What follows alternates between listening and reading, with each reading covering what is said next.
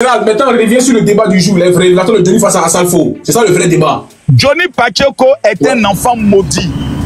C'est un enfant, un mendiant, qui mendiait 1 million par mois selon lui.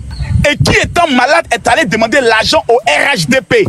Lorsqu'ils lui ont dit non, le gourmet du nom de sa canne, sa fameuse canne, ayant disparu, le petit maintenant est dans ce qu'on appelle la marmaille. Il est en train d'insulter tout le monde, il est en train d'inventer les choses sur tout le monde. Mais est-ce que Johnny Pacheco pourra résister à la plainte et à la cabale juridique que le groupe Magic System et Asalfo, mondialement connu, qui chante à l'élection du président français? Si eux portent plainte en faisant, lui pourra tenir. Si eux portent plainte, lui pourra tenir. Ceux qui n'ont quoi ici, qui sautent, ils ne seront même pas là même pour cotiser 1 euro. Pour dire Johnny Pacheco, on te prend un avocat, ils ne pourront pas. On a en face de nous un malhonnête qui est dans le chantage. Lorsqu'il met la photo d'un ministre ou il met la photo d'une femme pour dire je reviens, c'est une technique d'approche pour dire à la personne rentre en contact avec moi, paye quelque chose pour ne pas que je te salisse. On est en face d'un maître chanteur. On est en face d'un petit voyou, un déserteur qui a raté son existence sur terre et qui aujourd'hui, ayant marié une gnani, essaye de pouvoir escroquer l'État. N'ayant pas réussi sa mission, le gourmet l'amène à vouloir insulter tout le monde. Mais quand Johnny Pacheco finit sans vidéo, celui qui signe les signatures au palais présidentiel s'appelle Alassane Ouattara. Le 31 décembre, l'homme qui va faire le discours à la nation de cette année, je vous le dis ici, je mets 10 millions comme Paris. C'est Alassane Dramane Ouattara qui va faire le discours. Il n'y a rien en face, c'est maïs. Ok, merci le général. Ok, les gars, on vous écoute maintenant. On parle du sujet. Je peux parler? Le général est toujours là. De toute façon, voilà, on y va. Je peux parler? Bon, Corollaire. Corollaire, je vais faire un petit propos. Corollaire, Makosso a menti. Makosso a dit. Il fuit.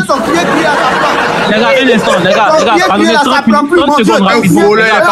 Attends, mon frère, attends. Les gars, 30 secondes. Mon Les gars, frère, attends, il n'y a pas 30 secondes dedans. Son crier là, ça prend plus. Dieu était un menteur. Laisse, il apprend. Il a dit, Corollaire, tu étais ici, nous tous on était là, on a vu Makosso en train d'avouer publiquement que Johnny Pacheco est son vieux mogo. Que Johnny Pacheco est celui-là même qui a révélé le cyberactivisme. Il a reconnu au jeu de tout le monde. Et il a reconnu devant tout le monde que Johnny Pacheco c'est son vieux mogo en matière de réseaux sociaux. Il a reconnu tout ce qu'il faisait là, il copiait sur Johnny Pacheco. Mais aujourd'hui, on voit le même Makosso qui vient dire que Johnny Pacheco est un maudit, c'est ceci, c'est cela. Vous voyez un gars comme ça qui se dédie en longueur de journée, qui sort la nuit, qui dit quelque chose et la journée, il dit le contraire. Est-ce que, Corollaire, de toi à nous, soyons rationnels, est-ce que Makosso là, il est crédible dans ses attaques contre Johnny Pacheco? Non, après avoir reconnu que... Quand il a reconnu quand? Tu n'as pas vu? Si tu veux là, j'ai même muté, la vidéo, j'ai mettre, vous allez écouter. Johnny Pacheco fait live. C'est grâce à truc que Makosso fait live. Il a dit ça. Vous avez oublié l'histoire de la famille. Non, mon vieux Corollaire. Vous avez oublié cette histoire. Faites-le descendre. Makosso, c'est un menteur. C'est un menteur. On ne peut pas me faire descendre. Mon vieux, ton ma présence déjà, ma présence de 2200, on est monté à 3100. C'est ça l'effet Makosso. Vous n'êtes personne. Vous n'êtes ça. Voilà, donc calmez-vous les petits quand je parle. Donc, quand papa est là, les enfants, on dit Makosso est étranger. Mais s'il vous plaît, souvent on parle de notre pays, la Côte d'Ivoire, comme étant le paradis. S'il vous plaît, soyons humbles. La Côte d'Ivoire n'est pas mieux que le Ghana. Tu parles de Djouf là, tu parles de Djouf là. Moi je suis en Israël. Tu parles de Djouf là. Je suis en Israël. Tu es un menteur. Nous sommes ton acte de naissance ici. Nous sommes la Côte d'Ivoire. Nous sommes un pays qui avons du potentiel. Mais nous n'avons pas le meilleur potentiel au monde. Nous sommes un pays qui avons des atouts. Mais nous n'avons pas les meilleurs atouts du monde. On ne va pas s'enorgueillir pour dire je suis ivoirien. Mais tu es ivoirien, mon ami, tu prends le visa pour aller en France. Tu prends souvent la mer. Donc, la nationalité ivoirienne, ce n'est pas un passeport pour aller au paradis. Ce n'est qu'une nationalité comme tout autre.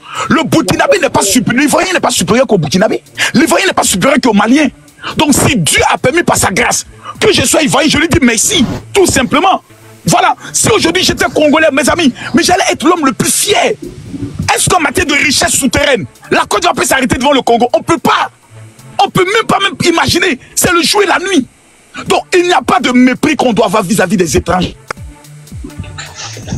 vis-à-vis des autres pays. Nous devons simplement apprendre à nous aimer nous-mêmes d'abord. Nous devons apprendre à nous solidifier nous-mêmes. Aujourd'hui, lorsque quelqu'un est du Nord, qui s'appelle par exemple Traoré, on a l'impression que ce n'est pas un Ivoirien.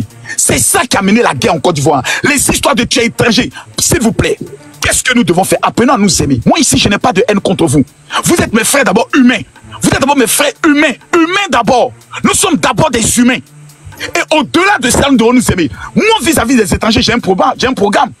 Je le dis de façon claire. Moi, Camille Makosso, je suis pour qu'on ramène la carte de séjour. Mais vous ne m'écoutez pas. Je suis pour qu'on ramène la carte de séjour dès demain. Numéro 2, lorsque je suis élu président de la République, je refuse qu'un étranger puisse être propriétaire terrien en Côte d'Ivoire. S'il vous plaît, laissez-moi vous donner ma position vis-à-vis des étrangers. Parce que vous parlez, vous n'avez pas d'idée.